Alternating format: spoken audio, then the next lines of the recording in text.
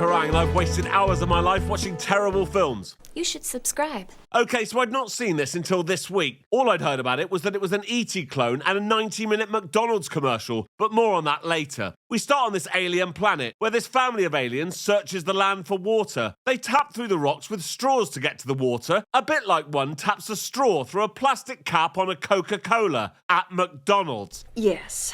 Anyway, then this unmanned US spacecraft lands to collect samples, and oh no, it sucked up the whole family. Then it makes its way back to Earth. When it gets there, these scientists are about to examine the samples.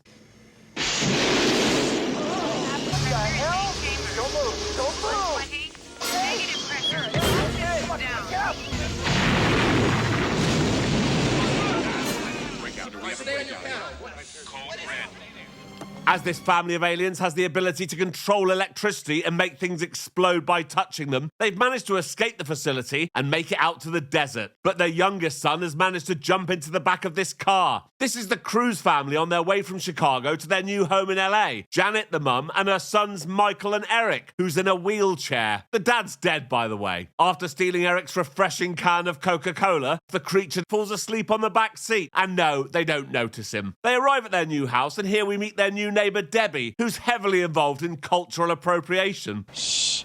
We're communing with the earth spirits. Right.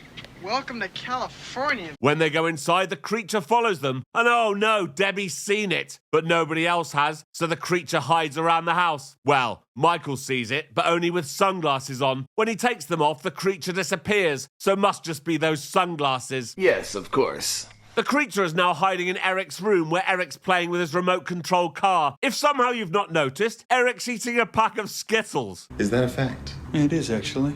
The car's battery is dead, and when Eric removes it, the creature uses his powers to make it start moving again. Eric's like, how did this happen? The battery wasn't even in the remote, and now his TV is on, even though it's not plugged in. Eric thinks it's a ghost, but his mum and brother think he's just making up for attention because he's in a wheelchair. Okay. That night, the creature's looking in through the windows and thinks the Cruzes are a really nice family. His family are lost in the desert, remember, so he cries. He can communicate with them by making weird noises and doing this. He just has no way of getting to them. Poor thing. While the Cruzes are asleep, the creature has rearranged the house. And when Eric wakes up, the creature starts using power tools to make holes in the walls and doors.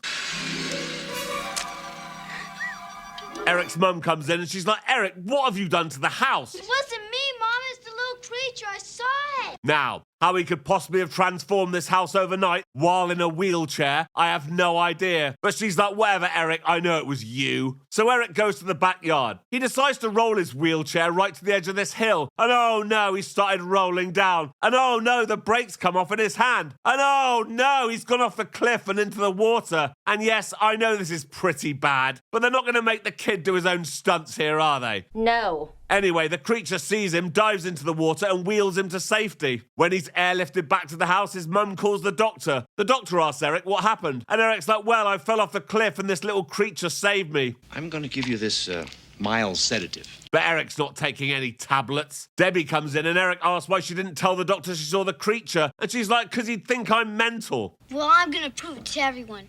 I'm going to catch him. And in walks Debbie's sister Courtney. Oh, look where she works. McDonald's. Hey, why don't you invite Eric to Brittany's birthday tomorrow? Sure. I bet you can't guess where Brittany's birthday party is. Really? Yes. As they leave, they bump into Michael in the hallway. McDonald's, huh? Why don't you stop by for a Big Mac? Oh, don't worry, he will. The next day... You know what I feel like?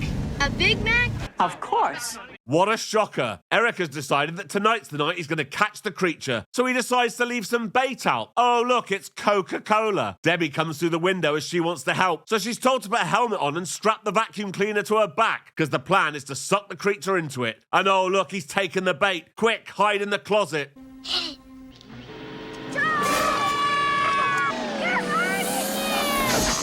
But oh no, now he's kicking off inside the vacuum cleaner and Debbie's being thrown around. Michael hears the noise, comes out and unplugs it. So the creature gets out, but looks like that ordeal has taken its toll and he's about to die. So Eric saves his life. with a can of Coca-Cola. This must be like what they drink on their own planet. Yeah. But oh no, Mum's home. Michael's like, Mum, that creature Eric's been talking about is real. And she's like, well, where is it then? Eric's like, he ran away. And she's like, whatever, kids. The next morning, the creature has cleaned the whole house. He's even made some flowers from straws and put them in empty Coca-Cola cans. He's left some pictures out for them too, of horses and an advert for Wick's furniture store. Is this some kind of message? Yes.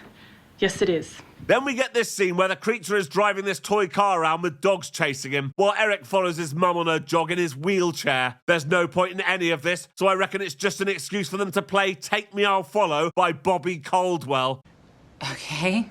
The next day, we meet the baddies who are trying to capture the creature. They know he's there because the vacuum cleaner incident caused a power surge, so they watch the crew's house from across the street. The creature is sat in the living room, and again, he's not feeling well, so Eric gives him some magic Coca-Cola, and now he's fine. But oh no, Debbie's mum is here to take Debbie and Eric to Brittany's party, and they can't leave the creature alone. It's okay, though, Eric has a plan. Kinda old for a teddy, isn't he? Debbie's mum's like, Eric, why is that bear moving? And he's like, oh, because it's one of those new ones that does that. And she's like, oh, that explains it then. But oh no, the baddies are following them to Brittany's party, where this is going on. That's right, grown adults are dancing like this in the McDonald's car park. Oh, hi, Ronald McDonald. I never expected to see you in this. Some people are even dancing inside the McDonald's. I just can't believe how much fun it is to be at a McDonald's party. Then a voice comes over the public address system telling all the kids to start dancing. Well, not all the kids.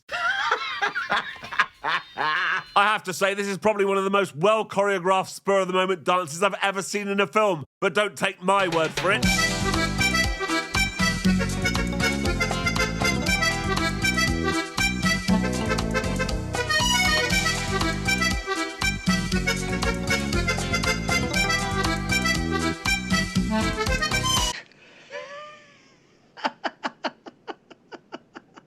Press the like button if you're still watching, thanks. Anyway, the baddies come in looking for the creature, but then they see all this dancing and they're like, what is the meaning of this? They can't find the creature anyway, because he's in the bear costume dancing on the counter like this, and everyone's loving it. But then the creature makes a run for it and the baddies chase him. So Eric grabs him and wheels away from everyone. The chase is taken to the shop where Eric's mum works and loads of stuff gets damaged. Meanwhile, Michael, Debbie and Debbie's sister Courtney, the McDonald's worker, who now somehow seems to be Michael's girlfriend, are following them in a minivan. They manage to grab Eric and the creature and haul them into the van. So they're safe for now, and they've decided to look for the creature's family at the nearest Wick's furniture store, because he left an advert out for it the other day, remember? Yeah. They're now calling this creature Mac. No prizes for guessing where that name came from. Anyway, on their way to Wick's furniture store, Mac sees some horses and points to them. And what's this? A Wick's furniture store sign. This must be where he wants to go. And look, those weren't flowers Mac was making out of straws. They were windmills. So this leads them to this abandoned mine shaft. And here's Mac's family, but oh no, it looks like they're dead. Oh no! Oh no, they're alive, but only just. And it's okay. Michael grabs 2 cans of Coca-Cola from the minivan and makes them drink them. So now they're in perfect health. Okay, so Mac's back with his family. That's nice, isn't it? Yeah. They all get into the minivan. I don't know where they're taking them, but they pull over at this gas station and Mac's family end up walking into this grocery store. Oh, right, they're looking for the Coca-Cola. Yep.